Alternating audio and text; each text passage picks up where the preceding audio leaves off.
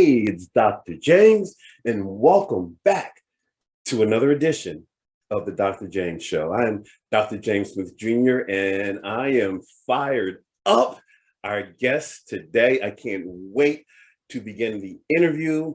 Actually, I can't wait to get together with him later to just sit down with some cold ones, use your imagination, and just talk about life, talk about sports, talk about speaking, because we both are speakers. Our guest today is Dave Raymond. Dave is an international speaker and thought leader on sustainable happiness. We're going to dive into that very shortly. He was also the original Philly Fanatic. Yes, we have the original Philly Fanatic in Mr. Raymond. He's been featured everywhere from The Tonight Show, big time, to ESPN. He now speaks to companies who want to leverage his power of fun message. He has a message around fun and sustainable happiness.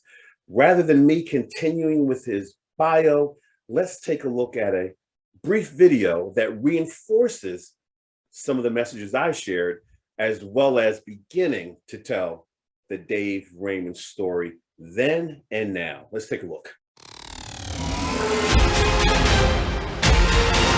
He had so much energy. Absolutely amazing, inspiring. Perfect.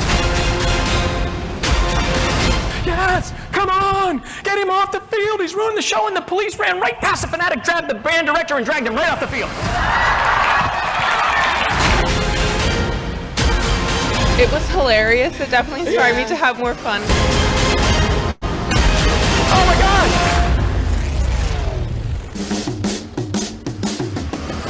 I've been blessed with a career solely focused on the evolution of happiness. He's out there having a little fun. Look, he gets a head full of popcorn. Oh, boy. I was getting paid to do random acts of kindness. And you know what that does for you. You're giving just to give, and then the double effect back feeling good about it. That's what the Fanatic taught me, and that's what I teach people how to do every single day in their lives. Welcome to the Dr. James Show, the David Raymond. What's up, my friend? Hey, Dr. James, how you doing? Look, let's start with the cold ones now. I mean, no need to wait until after this. I'm all jazzed up. I'm ready to go. Wow, that is great. That is great. We love that you're here. We're going to have a lot of fun. And I always wanted to ask you to just share this with you. You got moves, man. I always thought the Fanatic could get jiggy with it. Hey, listen, there was a time, I don't know if you remember Vita Blue. Yes, pitcher for Oakland A's. Great pitcher. And I was out working in San Francisco, and he was down at the bullpen, and he had never seen the Fanatic before. And I came out and I was doing dance in front of the bullpen because I like to get, the home players when I'm traveling, to get them engaged. And I see Vita Blue leaning over to his buddy. And then he's talking, and the other guy's telling him, and he's like going like this. And he came into the clubhouse the other day, just a few minutes later, saw me out of costume, says, "I'll be darned, it is a white man." I told him it had to be a black man. So that's street cred, Dr. Smith. So Dr. James. So thank you. That's a great story. And the word on the street is that you're filled with them. You not only use them every day, but you use them in your presentations, your coaching, your training. Looking forward to this interview. Dave, when you woke up this morning, what was on your mind? What's on your mind these days? What are you up to? Well, I think that, first of all, every time I wake up and I swing my legs out and stand up, I thank goodness for being able to stand up. A little bit of expressing gratitude, but, I kind of have a miracle morning. I get up early. I help my wife get out the door. She was a full-time business administrator for the University of Delaware. Very proud of her. I help my son, Dylan, get out the door for school. And then I do a little bit of meditation. Then I go for a walk with my best friend, Flint, a rescue puppy who turned, you said what was on my mind, just yesterday was his 3rd birthday. So, wow. So we had a lot of fun showing our gratitude towards, this wonderful animal that's brought so much joy into our lives. So every morning it is about this discipline and following a routine and trying not to deviate from that routine, because it sets me up to be at my desk by about 8 o'clock in the morning. And if I do things right, that day goes well. So, like everybody, I have crappy days that didn't work as planned, but the miracle morning is really something special for me. And I recommend to everybody to get up and try to follow this routine that doesn't, change much from day to day to get yourself prepared. So I'm just excited about getting back in front of people live. Dr. James, we've been getting calls and holding dates for the second and third quarter of this year. We even got one held for 2023. So, nice. I mean, that just, we've been sitting here on our hands for a lot of our time, or we've been sitting in front of a camera when we are asked to come in. So this is wonderful, beautiful time for speakers that really believe that their message can be helpful in today's world. So that really is on my mind constantly, not in the morning, not just in the morning, in the afternoon and evening, and when I dream. So I love it. We have a lot in common. So now we'll add the miracle morning to it, because I too read Hal Elrod's book, and I do the miracle morning as well. So we have a lot in common. Dave, I have a picture I'm going to put up, and I want you to tell me, who was that Dave Raymond? Let's take a look. Who is that Dave Raymond? Oh my goodness. Well, obviously I didn't have a barber at the time. And I'll tell you what, it's too bad that photography can't give us the aromas of the moment, because everybody would be running in terror right now, because those were in the early days. That was probably in the first couple of days or week of the Fanatic's birth in 1980. And we didn't know how to clean the costumes. There were a lot of things we had to learn on the fly, and that was one of them. And at that time, we had to figure it out quick, because it was not doing very many good things for the Phillies brand.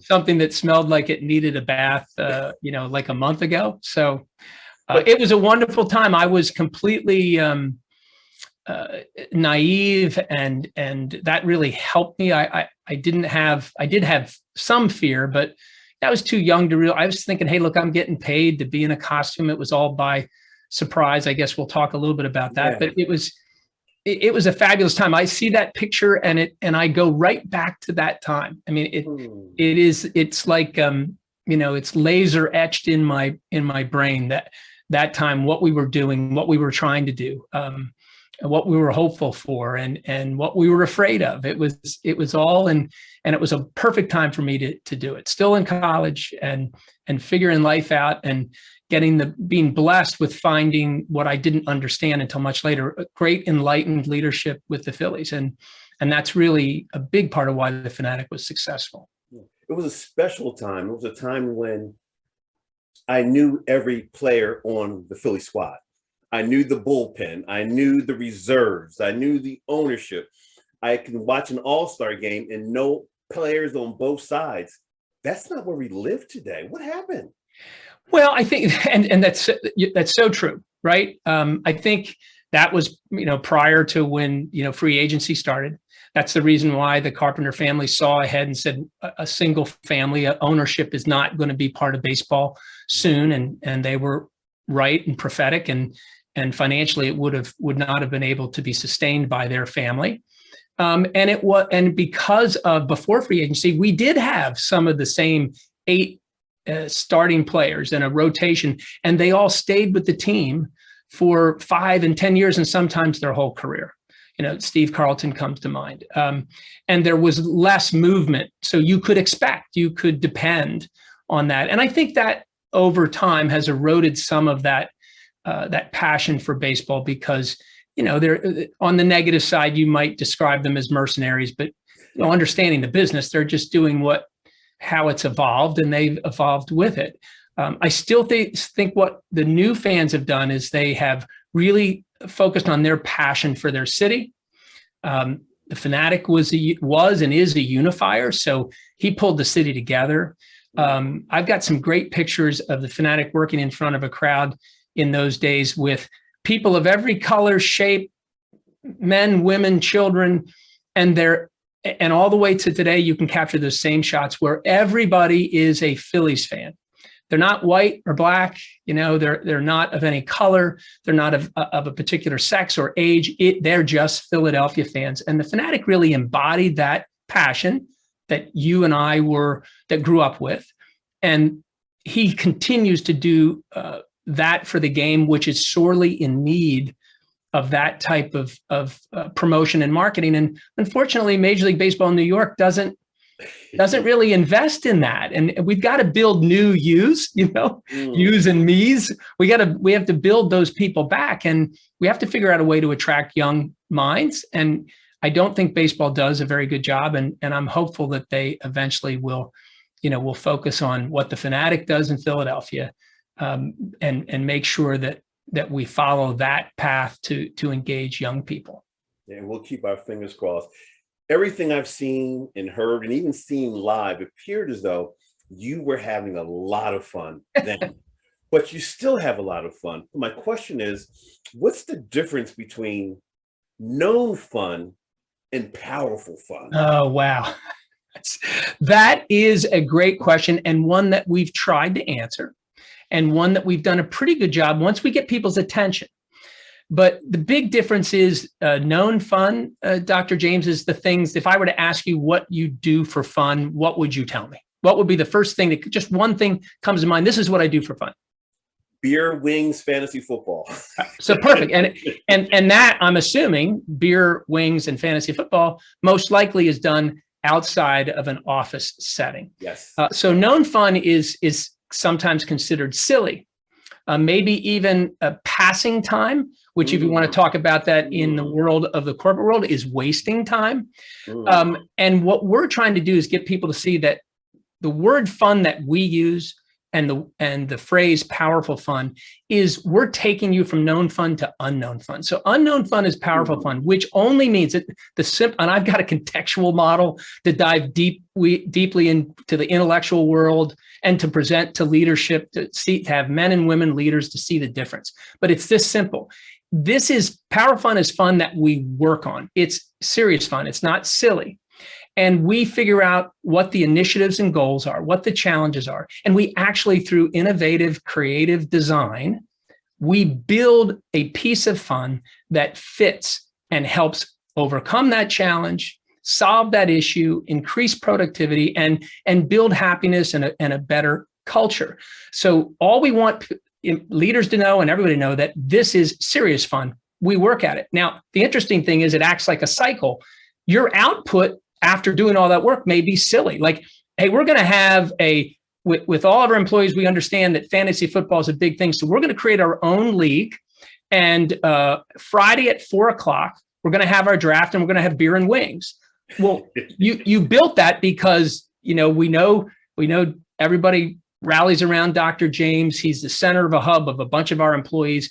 And let's really engage that group and tell them that we care about them. So the output can be silly and wacky, but not until we pull it in there and do the work. And that's the difference. So known fun is a fun we all enjoy, that we all understand. But when you try to get people to take you seriously for that, they go, whoa. We can't have fun now. We can't have fun here. Why would we do that? And all the answers are in the work that we do. And we're experts, right? We're experts in developing serious, powerful fun. I love it. Dave, when I was younger, not too many people know this, I was a member of the Jackson Six. It was Michael, Marlon, Tito, Jackie, Jermaine, and James. And I would perform at home. I would use a broom as the guitar. I would use a hairbrush as the microphone. I had no idea that doing those concerts at home in front of my stuffed animals and G.I. Joes would help me later on as a speaker. When I show these pictures of you as the Fanatic, how did that time prepare you for what you're doing now? And talk also about the transition from then to now. Take a look. I see you, I see players, I see your best friend, Tommy Lasorda. Yeah. So go for it. Well, first of all, if I'd known you were doing that, we would have hired you to come in and be a performer with me, because we needed other performers. So if I'd known that, you should have just reached out to me. You would have had a whole nother experience. Well, it was Well, first of all, it was feet to the fire, and I had no idea what I was doing. And my boss, Bill Giles, who really is the brilliant mind behind, and the fearless brilliant mind that allowed the Fanatic to happen. And when I went to talk to him just hours before I was going to go out for the first time, we had just received the costume that morning.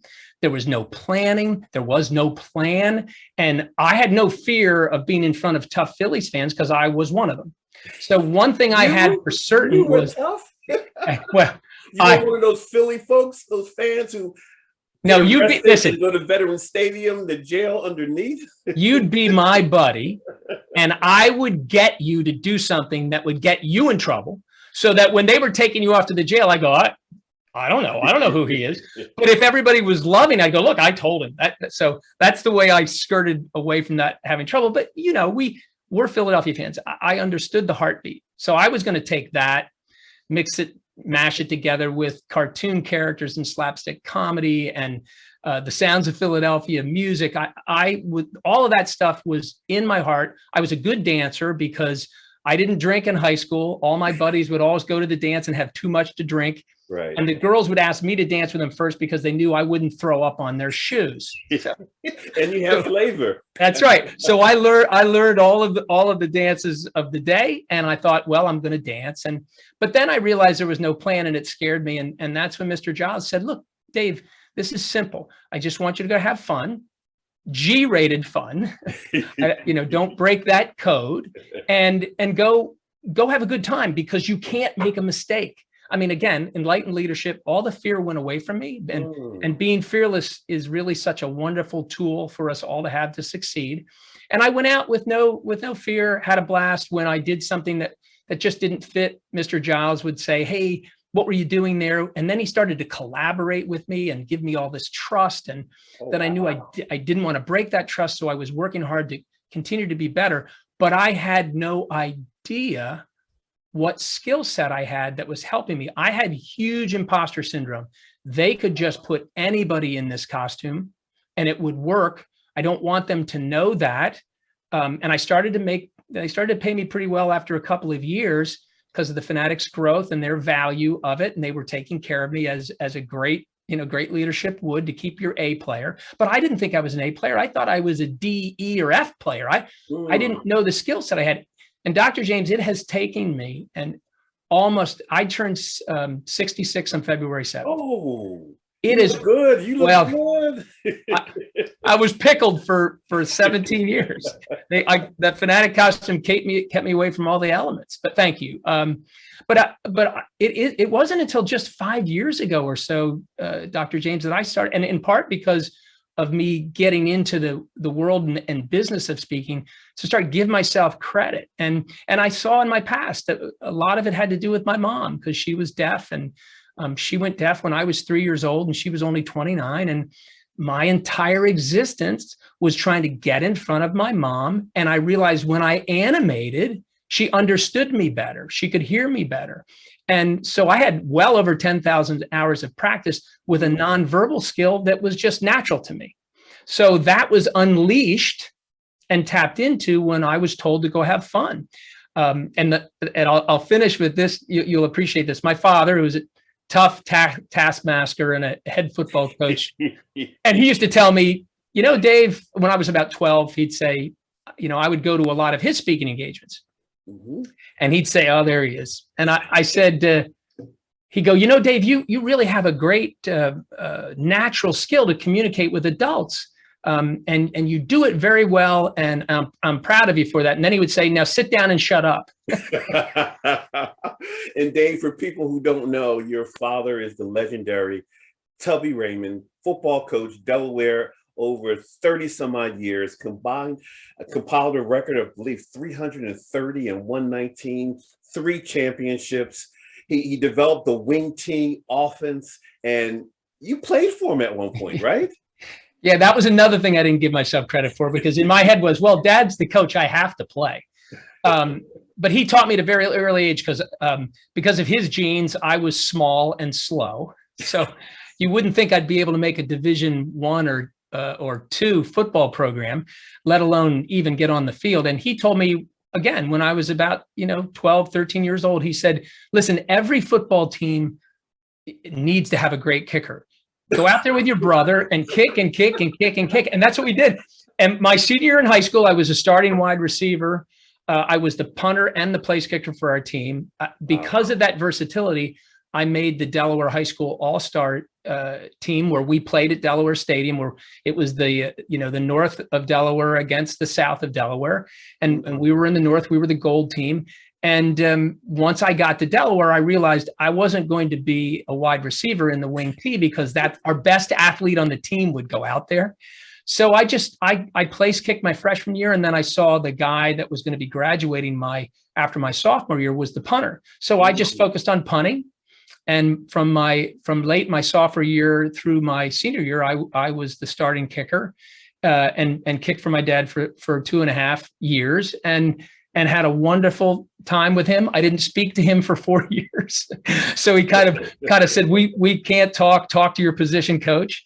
But later in life, we became great friends, and he talked a lot about the stress that was on him. Yeah. And that it wasn't easy. It wasn't easy for me, but I would do it all over again. So, these are the people, my mom and dad, they really molded me as a human being with tremendous understanding about loyalty and trust and discipline. And then my mom was a very loving mom, but boy, when she got upset, the whole family, perked up their radar. And then she taught us that, she didn't have a handicap. It actually regenerated her entire career, where she became a certified interpreter for the deaf of Delaware and was Deaf Woman of the Year in 1979. And it was a beautiful opportunity with a strong family and great parents. And really, majority of the things that I've been successful drive right to them. I'm sure you have similar stories in the same. Oh yeah, they do play a role. I think part of what you were saying ties into the question that's in the chat room. And the question is, from a mindset standpoint, what's the mindset you need to have a dance like nobody's watching approach to life? How do you not be scared to have fun? And I think this is a powerful question, because you hear people from time to time say, I don't want to embarrass me, or don't embarrass me, don't put me on the spot, and all those victim refrains, narratives to stay in the box. Our question is, what's the mindset you need to dance like nobody's watching with no fear? Well, so the no fear, the first thing you do is try to discern, is the fear that you're having the only reason why you're not going to make an attempt? And because fear can be a good thing, because fear has been wired into our brains. It's our dino brain, and it's been wired into our brains to keep us safe. And in a different fashion than we are forced to face today than we did back then. But still, it's a good impulse. So let's make sure, if they're saying, hey, we want you to jump off that building and show us how funny you can fall, then the fear is going to save you, right? Yes. But hey, we need somebody in our group to get up in front of the whole rest of the team and explain with passion what we're going to do and why we're doing what we are introducing to all of you, and we want you to be partners with us. If you're afraid to do that because you're afraid to get up in front of people, then that's a fear you have to overcome. And as you start to look at all circumstances in your life where this first knee-jerk response is, I can't do that because I'm afraid, you start to naturally learn the difference. And those things are the ones that you go out and do. Say, matter of fact, I'm afraid of this. That's why I'm doing it. Because I know it's not something that's going to damage me. They're not asking me to ruin my reputation. They're not asking me to do anything that's illegal. They're not asking me anything that's dangerous to me or other people. And so I really think that dance like no one's watching is a great way to describe your focus in life, is that I'm going to try new and different things. And I'm actually going to seek out the ones that frighten me the most, but that the fear is not warranted. You go do that, and it's amazing in a short period of time how much better you're going to be, because you're going to fail at some of those things, but then failures like Kite Man right, and the ostrich races that the Phillies used to have. Carl Walinda, the Walindas. Yeah. Yes. Yeah. Well, fortunately, he made it with us, but Carl eventually lost his life doing what he loved. Tightrope. But he had a different tolerance to fear than most of us. And he would push through even the fear that would endanger him. So that's a great illustration of, the things that the Phillies did would be frightening if they were thinking about failure because they think that would make our brand look worse. Well, no, what it did was it actually galvanized people in knowing I'm going to go see the next promotion at Philadelphia, because sometimes when it fails, it's as funny as you could ever imagine. So I learned that with the Phillies, that they weren't frightened to do something that would fail. I mean, Mr. Giles thought that the Fanatic might not be a success. Everybody did. But he said, let's just go enjoy yourself and go out and do it. And we'll figure this out. We've got nothing came before us. So we'll learn as we go and it will be better for it. And if it doesn't work, we'll say, sorry, another one of our mistakes. We love them too. Well, how much fear did you have when you appeared on the Tonight Show? Oh, God. Before you answer, we want to show a clip of you on the Tonight Show with Jimmy Kimmel. Let's take a look. Reach out to an expert named Dave Raymond. He's the mascot whisperer. He created some of the most popular mascots in sports. He founded the Mascot Hall of Fame. And so who better to help me craft a special mascot for my special game?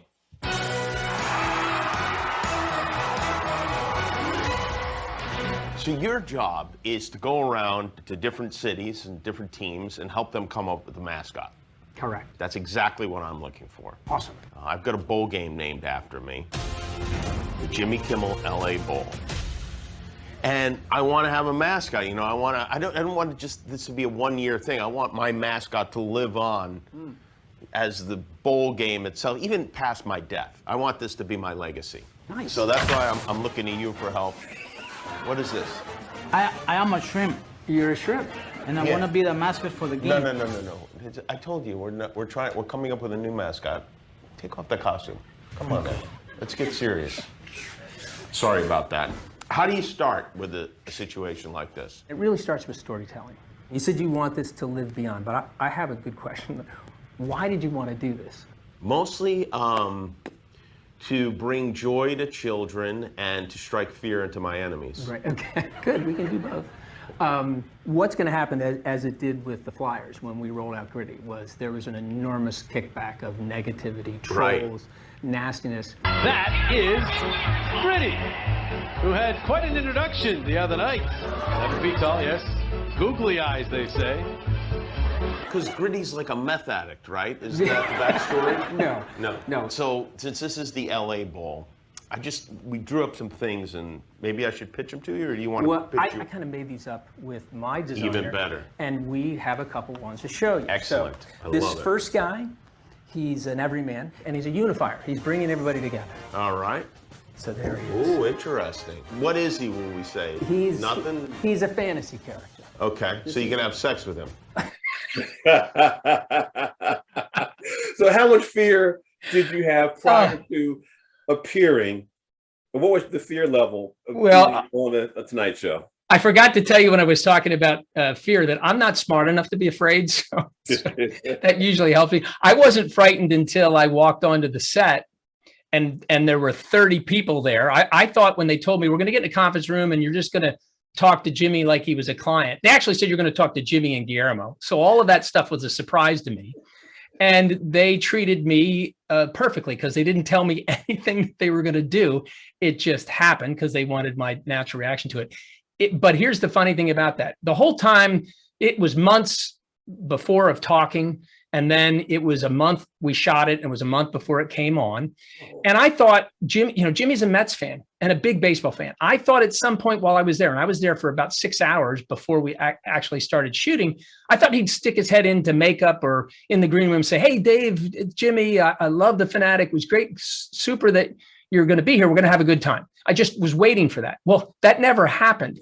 And what you don't see was I came in through these fake doors. And I said, hey, Jimmy, how you doing? Dave Raymond, I'm so excited to help you. And that's the first time I saw him. And I'm sitting there in the first few minutes of that shot going, oh my gosh, I'm talking to Jimmy Kimmel.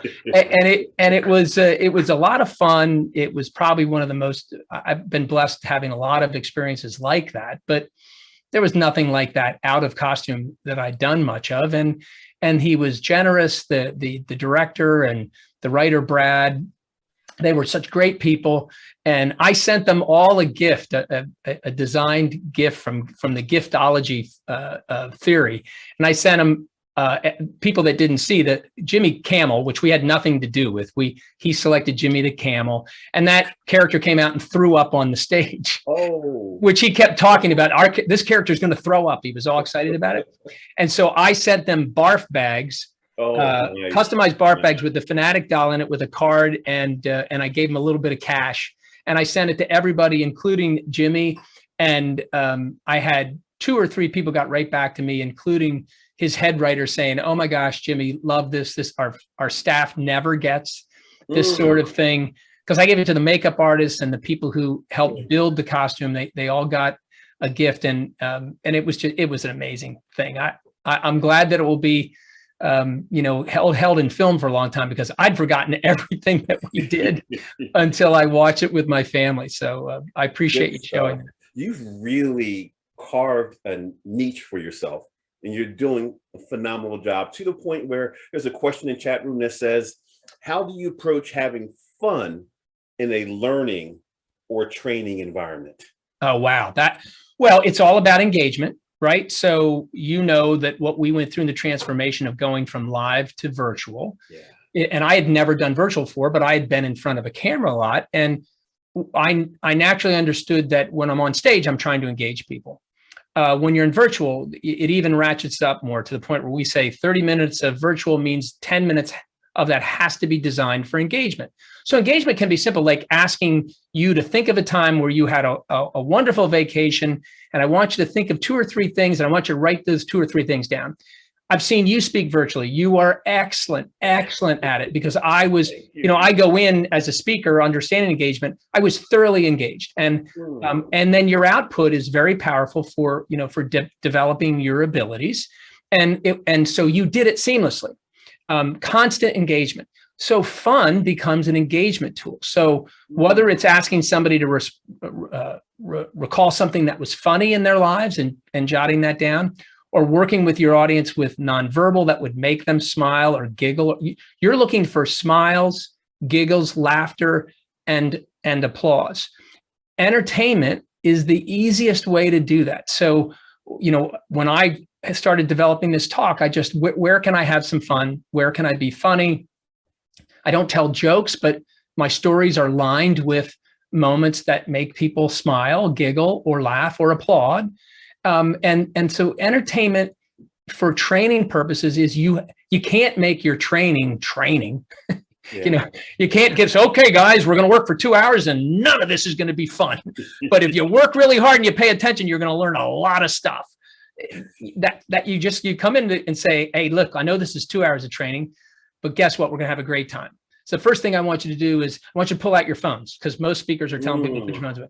Look at your lock screen, okay? And we're going to go around the room quickly, and I want you to share with everybody why you have that on your lock screen. Nice. It's this is my family. I love them. This is my dog. Very few people have a picture that makes them angry. But if they do, then you want to weed them out of your training in a hurry, because they're going to. But so that you just do those things, and a lot of the work that you do should be workshoppy, so that you're doing things, and then you can always make a piece of a workshop fun, interesting, different, and memorable by just thinking about what's funny, or what would be fun, or what's going to engage them with a smile. And it's real. That's powerful fun. You're working hard to make your training make people smile and laugh. I love that you say fun is an engagement tool. And then your example with the lock screen, when you just said that, where you took me back? My lock screen, February 4th, heading toward February 5th, midnight, Sunday, 2018, Eagles over the Patriots, a picture of me and my daughter celebrating in Center City. That's awesome. Well, see that, and imagine I'm getting goosebumps with you sharing that, because I'm thinking now about in our family room watching the Super Bowl on television with not only our whole family, but our daughter's boyfriend and a friend of his Brian, who we loved, and we were wearing plastic football rings, which my wife has saved that we now wear to try good luck for every Eagles game.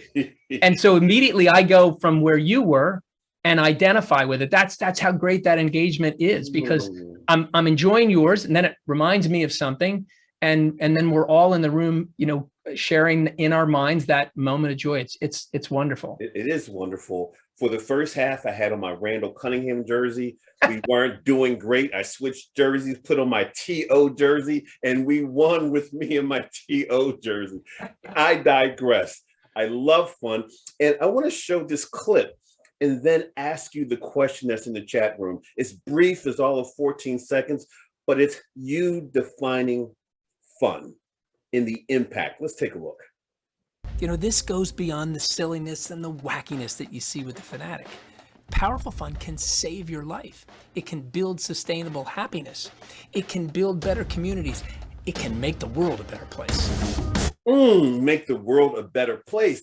The question in the chat room says, in your experience, have you found that adults may have trouble having fun because they may have lost touch with their inner child? Oh, wow. Yes. Yeah. Well, the simple answer is yes. And the way that the reason why they're suppressed is because as we grow up, we get our inner child sucked right out of us, and then it's dumped down the drain. But enlightened leadership and people who understand the value of that and what goes beyond the silly wackiness is being able to give people permission to play. And not only permission to play, but for no other reason, you know, no ROI except for if we allow this to happen and it, you know, appropriate and it fits. And that's where the work in Powerful Fun is. We're going to make it appropriate and fit, but it's going to be about let your inner child out. Your employees, your team members, as a coach, as a grandparent, as a parent, you're showing them that you care about them. And you can't get any better feeling from people who are following you, that they'll follow you just because you demonstrate you care about them. All the other things will fall in place. So I'm just in the process of writing a new book. I'm in the early process, so you know how difficult that is. But the title is Brilliant Stupidity. And my agent saw that because he's kind of following, you know, as we're developing the ideas. And I sent that to him because it was going to be serious fun. And he said, let me think about that for a while. So over the weekend, then he called me back and said, I'm in. I get it. You know, it's oxymoronic, but Brilliant Stupidity came from an authentic story where Stanford University asked me to comment on their mascot, the tree, which is a horrific design. It's a horrible looking mascot, but it's all done by a student body. And 2 years later, they get another student body to redo it. So it's constantly changing. They've got students in it. And even on the negative side, they've had a couple of students that were arrested for public drunkenness while they were in the costume. So all of this was wild and wacky and silly and crazy. And so when they asked me my thought, I said, I think it's Brilliant Stupidity. Well, I got some negative kickback from some. And when I responded to them, I said, no, you don't understand. In my world, Brilliant Stupidity is at the highest level of success. And some continued to be upset with me, but many of them said, okay, I get it. These are brilliant students at Stanford, and you don't get into Stanford easily. And when you're in there, you better work hard and develop and do well in class, or you're not going to be there long. And this was part of their inner child. We're really serious all the time. We've got a lot of stress. So we're going to blow that stress out and, you know, put aside the public drunkenness for a second. Right. And we're going to enjoy ourselves and really open up and get our stress out. That's Brilliant Stupidity. So for us, one of the chapters is the VP of Brilliant Stupidity, or the Chief Stupidity Officer. We're using stupidity as a valuable mindset that if you're doing it correctly, the output, people care about you, you're building better cultures.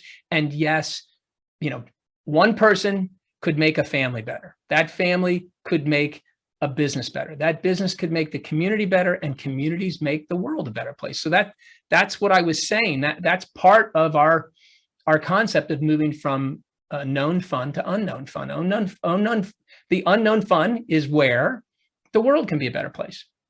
I love it. I love it. Now, when you were the Fanatic, you're in front of 50, 60,000 people at a time every night.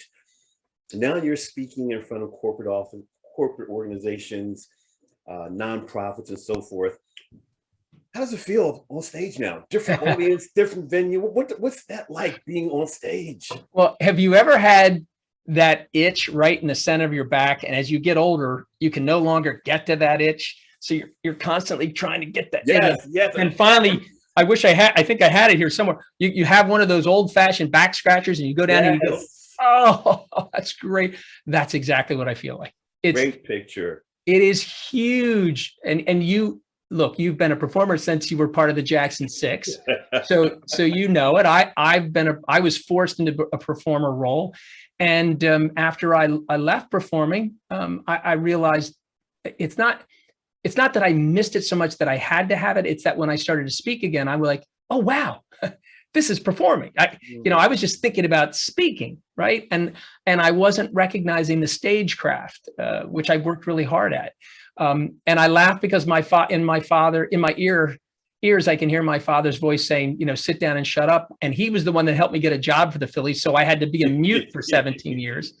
So now I could mix the best of nonverbal and learn the best of verbal and put that together. And I feel like it's all come full circle, and there is nothing like that high. And I'm just as tired getting off that stage now at 66, like I was at 21 when I got out of the Fanatic costume. So the one common thread is that performance can be exhausting. You talk about a high. How high were you after you did this? I'll show a picture of you doing something that I haven't done yet. How high were you then? Your TED Talk. It was, well, first of all, you're long overdue. So we're getting you on that TED stage. Yeah. For me, it was the best learning experience ever because they kind of, do you know what a pug mill is? No, I don't. Please enlighten me. Well, I threw clay on the wheel, and when you would buy clay, you'd buy it in these 25-pound bags, and they were in these uniform logs. Well, I learned how to make clay and worked for a company that did it, mixing the clay. You have to put it through a pug mill, the raw, wet clay, and it squeezes it into these logs, and you cut it off where it is it's a 5.5 pound block, and you put it in these bags. You put 5 in there for 25-pound bags. Well, it's all uniform, right? So the TED experience gives you curation that tries to get you through that pug mill. So they don't want you to speak like everybody else. They want you to be on the dot. They want to see what you're going to say. They want to help you. And I'd never had any input before. So that was wonderful. It helped me design and change. But I was the 25th speaker at the end of the day with 25 speakers. Ooh. And they require you, based on their philosophy, that I need to be there not only the day before for the whole day for rehearsal, and then the day of the show all day. I'm there at like 8:30 in the morning, and I don't speak until a little bit before 5 o'clock. And by that point, I was wrapped up into a ball. I was so nervous. And I was backstage pacing like a lion, trying to think of my first line, because 17 minutes, first time in my life, I had to follow a script, and I couldn't deviate. Mm-hmm. So I started getting nervous. So I went down. We were at this beautiful high school theater. It was gorgeous. And I walked down the metal staircase to the basement floor, and I started to say the Lord's Prayer for support, and I forgot the words. I'm like, oh my gosh, and then speak for a living. They don't know what this is like. It's crazy. So they pushed me out on stage, and it just all, it all, synced up in my brain, and it worked wonderfully. And in terms of your fear about making a mistake, they shoot with 3 cameras. And when you make a mistake, they go, what we want you to do, like if you forget your line, they go, look down at your feet. The audience already knows this, that when you look down at your feet, they applaud because it gives them a segue to cut. And then it'll come to you. And then once it comes to you, look up and talk in the camera. Well, fortunately, I didn't forget, but my clicker immediately went off and it didn't go right.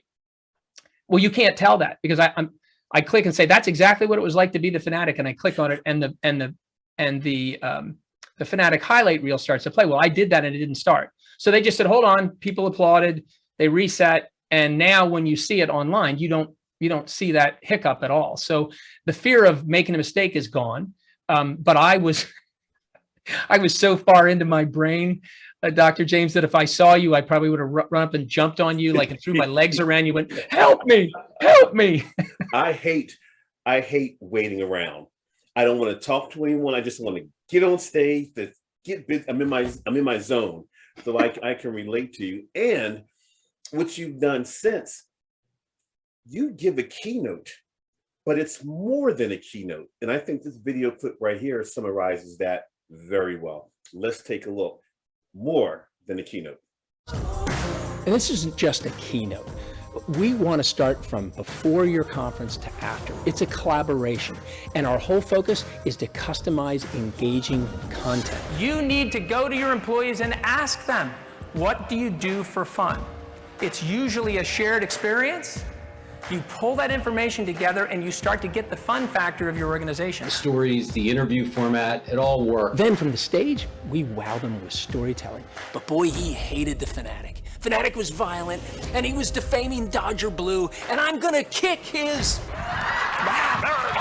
We get them to dream what it would be like using happiness, not only to make the world a better place, but to better connect with our families, our friends, our coworkers, and our communities. When you watch that, what goes through your heart? What goes through your mind? You're doing what you were put on this earth to do. Well, I mean, that's the prayer that I usually during my meditation say every single day, was that I said, listen, I know I'm supposed to be on the path, and I know that it's free will. So I could be choosing a path that's not right. Please, I don't have enough time left. Don't let me waste it. Make sure I'm on the right path. And I believe that, I really believe I am, and I'm listening and paying attention. And so all I keep going back to is if I get, and we talk about this all the time with an audience, if I get one person to think, act, and feel differently, and then they're a person that is severely depressed or struggling where no one else around them knows it, and they hear this message, they go, wait, I think I can take another step.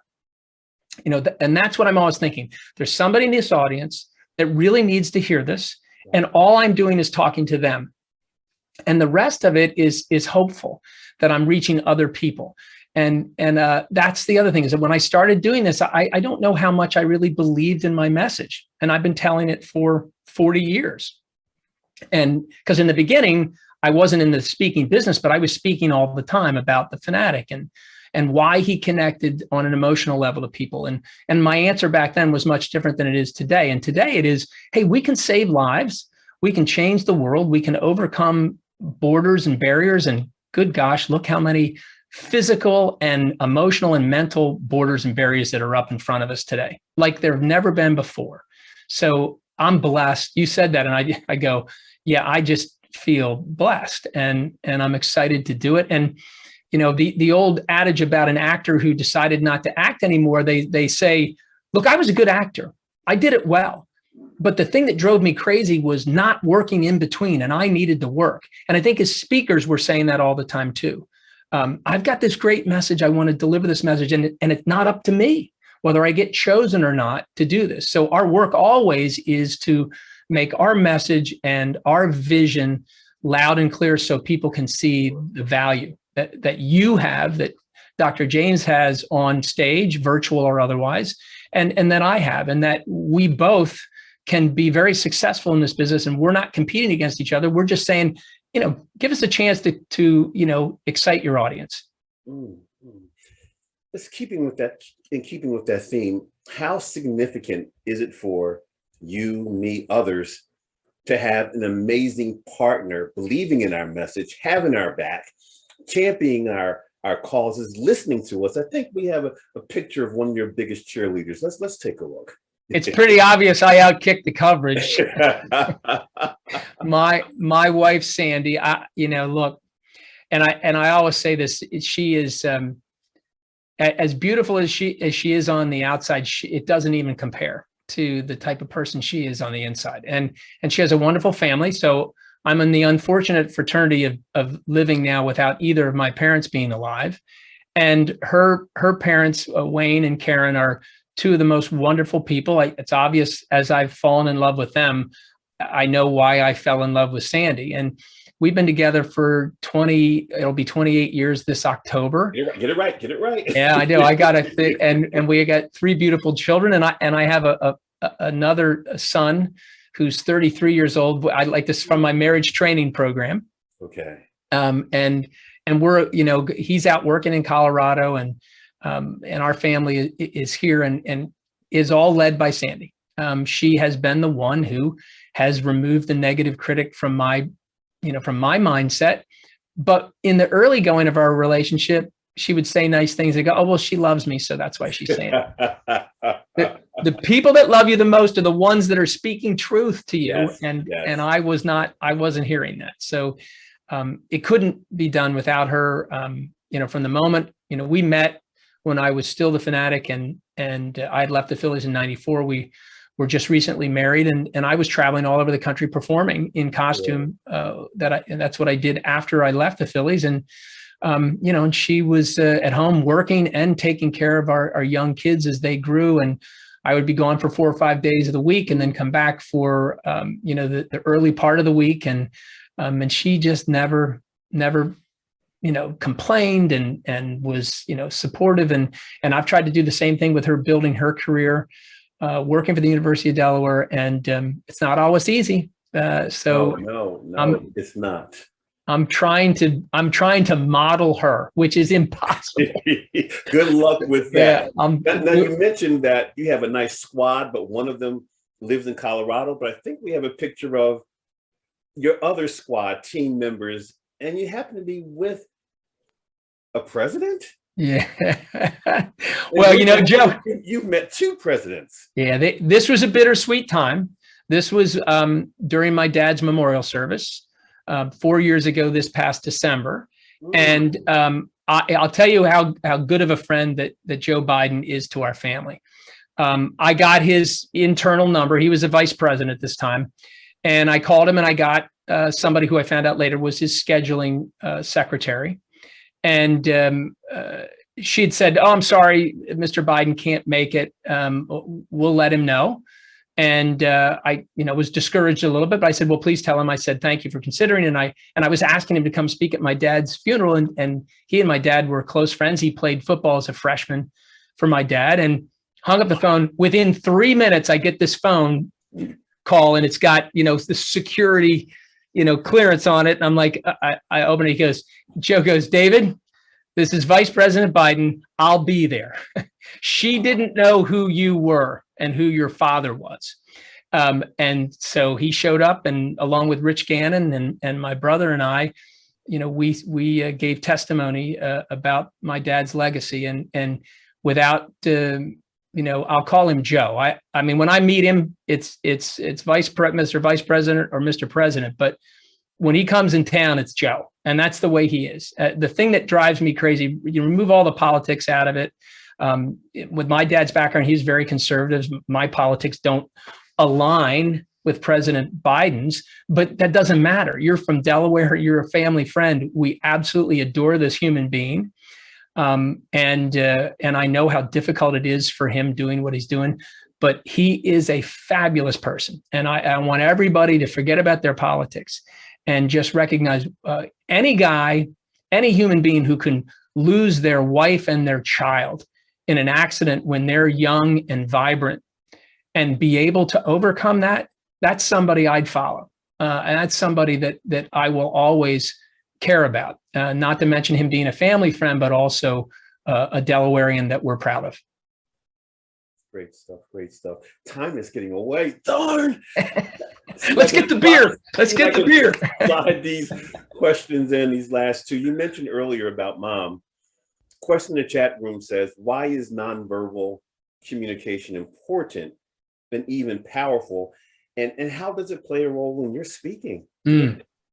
Well, I'll make this a permission to use an analogy.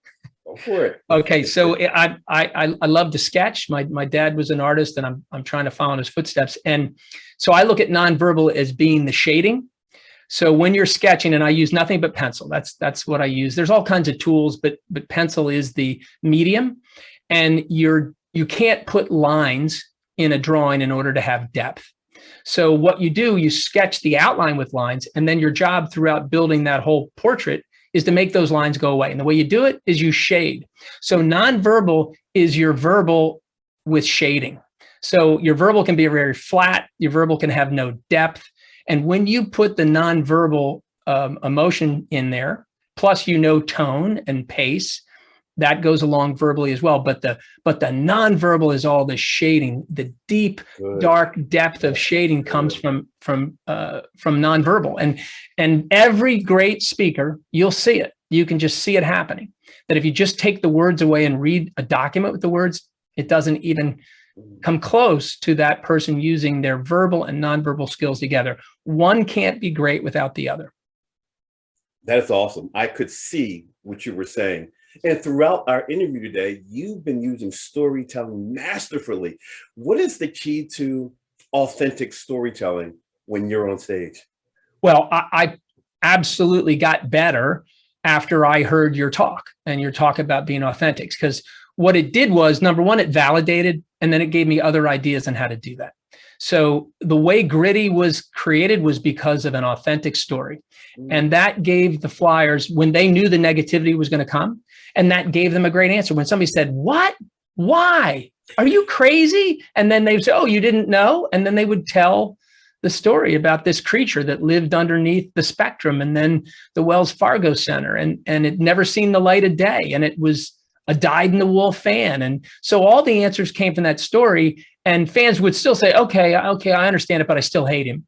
but that authentic story had roots that grew in it. And I was telling the Flyers it might take 6 months. Instead, it took 48 hours because of social media and just the furor they had over this passion.